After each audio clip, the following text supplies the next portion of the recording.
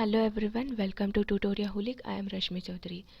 In this video, we are going to see the second type of operating system, that is time sharing operating system, जिसको हम दूसरे नाम से भी जानते हैं मल्टीटास्किंग ऑपरेटिंग सिस्टम। अभी मल्टीटास्किंग अगर हम बोलते हैं तो आप लोगों को यहाँ पर मीनिंग समझ में आ जाता है। टास्क मतलब जो काम, जो जॉब्स आप वहाँ पर दे रहे हो, और मल्टी मतलब ये क्या करने वाला है, एक साथ ये मल्टीपल टास्क जो है वो एग्जीक्यूट करने वाला है।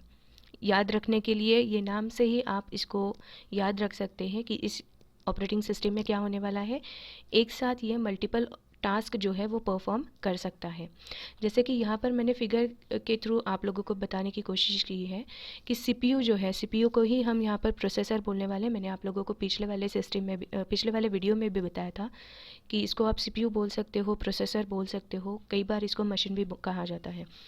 प्रोसेसर जो है वो क्या करेगा, एक ही प्रोसेसर रहने वाला है, लेकिन वहाँ पर हो सकता है कि अलग अलग यूज़र्स वहाँ पर हो सकते हैं, और हर एक यूज़र अपना अपना कुछ काम कर रहा है, और वो टास्क एक ही टाइम पे वहाँ पर परफॉर्म हो रहे हैं, लेकिन आपको ऐसे पता भी नहीं चलेगा कि यहाँ पर मल्टीपल जॉब्स जो है वो परफॉर्म किए जा रहे हैं। ठीक है। क्या होता है कंसेप्ट टाइम शेयरिंग सिस्टम का या फिर मल्टीटास्किंग सिस्टम का, तो वो हम यहाँ पर देखने जा रहे हैं। बेसिकली टाइम शेयरिंग और multitasking is the logical extension of multi programming. मतलब यहाँ पर क्या किया जाएगा कि मल्टीपल प्रोग्राम्स जो है वो यहाँ पर एग्जीक्यूट किए जाने वाले हैं एक साथ। ठीक है। The CPU executes multiple jobs by switching among them, but the switches occur so frequent that the user can interact with each program while it is running. यहाँ पर क्या होता है, देखो जैसे मैंने आपको बताया कि यहाँ पर सीपीयू जो है, प्रोसेसर जो है वो एक ही रहेगा। नंबर ऑफ़ यूज़र्स यहाँ पर काम कर सकते हैं, और हर एक यूज़र अपना अपना कुछ प्रोग्राम जो है, जॉब्स जो है वो यहाँ पर सीपीयू को परफॉर्म करने के लिए दे दिया है। जैसे कि यहाँ पर सपोज़ करो यूज़र 1 जो है उसने कुछ फाइल्स जो है वो कॉपी करने के लिए बता दी है सीपीयू को। यूज़र 2 जो है उसने कुछ प्रिंट आउट्स निकालने के लिए बता दी है। ठीक है। और यूज़र 3 जो है वो कुछ फाइल्स जो है वर्ड की फाइल से उसके अंदर कुछ एडिटिंग कर रहा है। ठीक है। तीनों यूज़र जो है वो अपना अपना काम कर रहे हैं, अपना अपना जॉब जो है वो सीपीयू की ओर से करवा ले रहे हैं। यहाँ पर क्या होगा, तीनों जॉब्स, यहाँ पर हम 3 जॉब्स का एग्जांपल ले रहे हैं, तो तीनों यूज़र्स के 3 जॉब्स हैं, तो वो जो 3 जॉब्स हैं उनके बीच में आपका जो सीपीयू है उसका टाइम इस तरह से डिवाइड किया जाएगा कि आप लोगों को पता भी नहीं चलेगा। वो नैनो सेकेंड्स में सीपीयू जो है पहले यूज़र 1 का काम करेगा, फिर कुछ सेकेंड्स के बाद यूज़र 2 का जो जॉब है उसके ऊपर शिफ्ट हो जाएगा, उसके ऊपर स्विच हो जाएगा। यूज़र 2 का जॉब जो है वो थोड़ी देर के लिए करेगा, कुछ टाइम बाउंड रहेगा सीपीयू का, उस टाइम बाउंड करिए उस टाइम स्लॉट के लिए वो यूज़र 2 का जॉब करेगा, फिर यूज़र 3 का जो जॉब है उसके ऊपर शिफ्ट हो जाएगा, उसके ऊपर स्विच हो जाएगा। फिर यूज़र 3 का जो जॉब है वो कुछ टाइम स्लॉट के लिए करेगा, फिर से यूज़र 1 के जॉब के ऊपर स्विच हो जाएगा। यहाँ पर यूज़र 1 का जो जॉब है उसको फिर से कुछ टाइम स्लॉट के लिए करेगा, फिर यूज़र 2 के ऊपर चला जाएगा। ऐसा वो तब तक करेगा जब तक उसके हर एक यूज़र का जो काम है वो कंप्लीट नहीं हो जाता। और ये जो स्विचिंग होती है ना सीपीयू की, कि सीपीयू पहले यूज़र 1 के जॉब को एग्जीक्यूट कर रहा है किसी स्पेसिफिक टाइम स्लॉट के लिए, फिर वो स्विच कर रहा है यूज़र 2 के टाइम स्लॉट के, यूज़र 2 के जॉब के ऊपर, उसको एग्जीक्यूट कर रहा है कुछ स्पेसिफिक टाइम स्लॉट के लिए। तो ये जो स्विच हो रहा है एक जॉब से दूसरे जॉब के ऊपर, ये इतना फास्ट होता है, नैनो सेकेंड्स में ये होता है कि आप लोगों को पता भी नहीं चलता है। As a user you don't know that in the background your processor is shifting from one job to another job. आपको ऐसे लगता है कि नहीं मेरा जो मशीन है ये कितने अच्छे से काम कर रहा है, देखो एक साथ मैं 3 काम कर रहा हूँ, और वो 3 काम यहाँ पर एक साथ हो रहे हैं। एक्चुअली वो एक साथ नहीं हो रहे हैं। आप लोगों को अगर टाइम शेयरिंग का कंसेप्ट पता है तो आप लोगों को फिर वहाँ पर पता चल जाएगा कि ये जो काम है ये एक साथ नहीं होते हैं। क्या किया जाता है, कुछ स्पेसिफिक टाइम स्लॉट जो है, टाइम बाउंड जो है वो सीपीयू को दिया हुआ होता है, और उस स्पेसिफिक टाइम स्लॉट के लिए वो हर एक जॉब को एग्जीक्यूट करता है, फिर नेक्स्ट जॉब के ऊपर स्विच कर देता है, उसको एग्जीक्यूट करता है, उसके नेक्स्ट वाले जॉब के ऊपर शिफ्ट हो जाता है। ऐसे वो हर एक जॉब को एग्जीक्यूट कर रहा है, लेकिन ये इतने फास्ट वो स्विच कर रहा है, और वो इतने फास्टली फिर से वापस पहले वाले जॉब के ऊपर आता है और उसको एग्जीक्यूट करने लगता है कि आपको ऐसे लग रहा है कि ये कंटिन्यूसली एग्जीक्यूट हो रहा है हमारा जो जॉब है वो। ठीक है। So this is the main point of the time sharing operating system.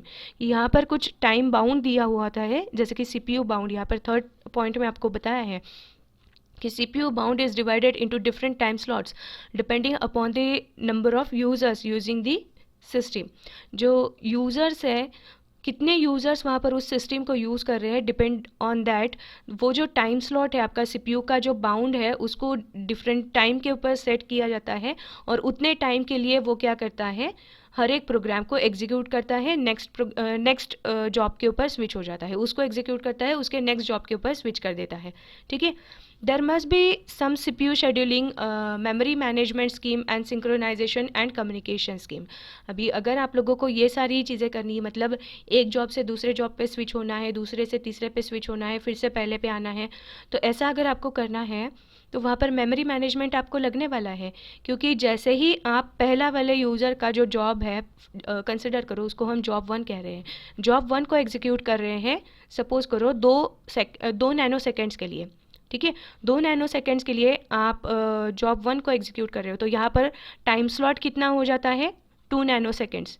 तो 2 नैनो सेकेंड्स के लिए जॉब 1 को एग्जीक्यूट किया, फिर वो स्विच कर देगा जॉब 2 के ऊपर, उसको 2 सेकेंड्स के लिए एग्जीक्यूट करेगा, फिर स्विच कर देगा जॉब 3 के ऊपर, उसको 2 सेकेंड्स के लिए एग्जीक्यूट करेगा, फिर से जॉब 1 के ऊपर आएगा, उसको 2 सेकेंड्स के लिए एग्जीक्यूट करेगा। तो जैसे ही वो फिर से जॉब 1 के ऊपर आता है, तो जितना एग्जीक्यूशन हुआ है वो कहाँ पर है स्टोर किया हुआ। तो ऐसा अगर हो गया कि उसने कुछ स्टोर ही नहीं किया, पहला जितना एग्जीक्यूशन हुआ है उसको स्टोर ही नहीं किया, तो कुछ फ़ायदा हो गया क्या, जो एग्जीक्यूशन है जॉब्स का वो आगे ही नहीं बढ़ने वाला। सो इसलिए क्या किया जाता है, पहली बात तो वहाँ पर CPU शेड्यूलिंग वहाँ पर लगाई जाती है कि कौन सा प्रोग्राम, कौन सा जॉब पहले एग्जीक्यूट करना है, कौन से जॉब्स को ज़्यादा प्रायोरिटी देनी है, वो यहाँ पर शेड्यूलिंग के थ्रू तय किया जाता है। दूसरी बात तो ये है कि वहाँ पर मेमोरी मैनेजमेंट स्कीम्स जो है वो यूज़ की जाती है। जैसे कि अभी जॉब 1 को हम 2 सेकेंड्स के लिए, 2 नैनो सेकेंड्स के लिए एग्जीक्यूट कर रहे हैं, तो जब CPU जॉब 1 से जॉब 2 के ऊपर स्विच होगा ना, तो वो पहले क्या करेगा, जॉब 1 जहाँ तक एग्जीक्यूट हुआ है उसकी जो नेसेसरी इन्फॉर्मेशन है वो मेमोरी के अंदर एक जगह पर स्टोर करके रखेगा कि भाई जॉब 1 मैंने 2 नैनो सेकेंड्स के लिए एग्जीक्यूट किया, वो यहाँ तक एग्जीक्यूट हुआ है, उसका एंड रिजल्ट इतना है, ये है। ठीक है, फिर वो जॉब 2 के ऊपर आएगा, उसका इनपुट क्या है वो चेक करेगा, उसको 2 नैनो सेकेंड्स के लिए एग्जीक्यूट करेगा, और जब वो स्विच करेगा जॉब 3 के ऊपर, तो पहले वो क्या करेगा, जॉब 2 का जो इन्फॉर्मेशन था कि वो कितना एग्जीक्यूट हुआ है या फिर उसका एंड रिजल्ट क्या है, कहाँ तक वो एग्जीक्यूट हुआ है, तो ये सारी इन्फॉर्मेशन वो मेमोरी के अंदर दूसरी जगह पर स्टोर करके रखेगा। सिमिलर, और फिर बाद में वो जॉब 3 के ऊपर शिफ्ट करेगा, जॉब 3 को भी वो वैसे ही करेगा, जब वो एग्जीक्यूट होगा तो उसकी जो इन्फॉर्मेशन है, जब वो स्विच करने वाला है जॉब 1 के ऊपर फिर से, तो वो जॉब 3 की जो इन्फॉर्मेशन है वो मेमोरी के अंदर स्टोर करके रखेगा। सो मेमोरी मैनेजमेंट यहाँ पर प्रॉपरली की जा रही है। ऐसा नहीं है कि जॉब 1 एग्जीक्यूट किया तो उसको छोड़ दिया, जॉब 2 को ले लिया, क्योंकि जॉब 1 2 नैनो सेकेंड्स में पॉसिबल नहीं है कि हर एक जॉब जो है वो 2 नैनो सेकेंड्स, ये तो यहाँ पर हम एग्जांपल ले रहे हैं 2 नैनो सेकेंड्स का टाइम स्लॉट का, लेकिन वहाँ पर अलग भी हो सकता है, लेकिन कोई जॉब उस टाइम स्लॉट के अंदर कंप्लीट होगा ऐसा ज़रूरी नहीं है। सो जैसे ही थर्ड जॉब से वो फिर से फर्स्ट जॉब के ऊपर एग्जीक्यूशन करने के लिए आता है, तो उस वक्त क्या किया जाएगा, जो CPU है वो क्या करेगा, मेमोरी के अंदर जो डेटा आप लोगों ने जॉब 1 से रिलेटेड स्टोर किया था ना, जिसके अंदर आप लोगों ने लिखा था कि जब पहले जॉब 1 एग्जीक्यूट हुआ था इससे पहले, तो उसका एग्जीक्यूशन कहाँ तक आया था, तो वो सारा डेटा वहाँ पर फेच किया जाएगा, जिससे आपको पता चलेगा कि इससे पहले यहाँ तक आपका जॉब 1 का एग्जीक्यूशन जो है वो कंप्लीट हो चुका था, इसके बाद में का जो एग्जीक्यूशन है वो हमें अभी कंप्लीट करना है। तो फिर वहाँ से वो एग्जीक्यूशन स्टार्ट कर देगा, फिर से वो 2 नैनो सेकेंड्स के लिए आगे वाला एग्जीक्यूशन स्टार्ट करेगा, उसको कंप्लीट करेगा, उसके बाद में जैसे ही उसको नेक्स्ट जॉब के ऊपर स्विच करना है, तो वो फिर से जॉब 1 का जो एग्जीक्यूशन है वो कहाँ तक हुआ था उसकी इन्फॉर्मेशन मेमोरी के अंदर स्टोर करेगा। ठीक है, सो इसलिए मेमोरी मैनेजमेंट स्कीम्स भी वहाँ पर ज़रूरी है, plus synchronization and communication schemes होना वहाँ पर बहुत ज़्यादा ज़रूरी है, क्योंकि अगर वहाँ पर प्रॉपर कम्युनिकेशन नहीं हुआ तो आप लोगों की जो स्विचिंग हो रही है जॉब्स के अंदर वो प्रॉपरली नहीं होगी। ठीक है। इसके कुछ एडवांटेजेस और डिसएडवांटेजेस है टाइम शेयरिंग ऑपरेटिंग सिस्टम के। तो एडवांटेजेस पहले देख लेते हैं। It provide the advantages of quick response. ठीक है, यहाँ पर क्विक रिस्पांस आप लोगों को मिलता है। ऐसा नहीं है कि आप लोगों ने एक जॉब दे दिया और जब तक पहला वाला जॉब एग्जीक्यूट नहीं होता तब तक आपको कोई रिस्पॉन्स ही नहीं मिलेगा। ठीक है, ऐसा नहीं है, क्योंकि आप लोगों को वहाँ पर क्या हो रहा है, टाइम स्लॉट्स दिए हुए हैं और उस टाइम स्लॉट्स के हिसाब से आप लोगों को रिस्पॉन्स मिल रहा है, तो आप लोगों को जल्दी से रिस्पॉन्स भी मिल जाएगा। सेकेंड एडवांटेज ये है कि it avoids the duplication of software का डुप्लीकेशन यहाँ पर नहीं होता है, क्योंकि हर एक चीज़ का जो डेटा है, रिकॉर्ड जो है वो वहाँ पर मेंटेन किया हुआ होता है। जैसे एक जॉब से दूसरे जॉब पे वो स्विच हो रहा है, तो एक जॉब का जो एग्जीक्यूशन कहाँ तक हुआ है उसका रिकॉर्ड वहाँ पर मेमोरी के अंदर स्टोर किया हुआ होता है। तो वहाँ पर कोई किसी भी चीज़ का डुप्लीकेशन या फिर से वही चीज़ रिपीट हो रही है, ऐसा कुछ नहीं होने वाला है। तो it will avoid the duplication of software and it will reduce the CPU idle time. इसकी वजह से क्या हो रहा है, सीपीयू का जो आइडल टाइम था वो भी यहाँ पर रिड्यूस हो रहा है। ठीक है, मतलब ऐसे नहीं किसी एक जो जॉब है उसको अगर टाइम लग रहा है तो वहाँ पर सीपीयू आइडल कंडीशन में बैठेगा, ऐसा नहीं होगा। तो सीपीयू क्या करेगा, दूसरे जॉब को इनपुट आउटपुट डिवाइसेस के लिए टाइम लग रहा है ना, तो वो उसके थोड़ा टाइम उधर देगा, थोड़ा टाइम दूसरे प्रोग्राम्स को देगा। ठीक है, सो सीपीयू कभी भी यहाँ पर आइडल कंडीशन में रहेगा ही नहीं।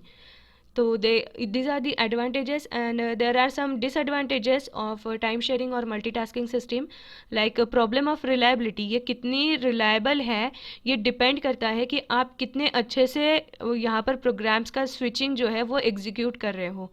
ठीक है, स्विचिंग अगर प्रॉपर हो रहा है, उसका डेटा अगर प्रॉपरली स्टोर हो रहा है, तो ये सिस्टम रिलायबल हो सकती है।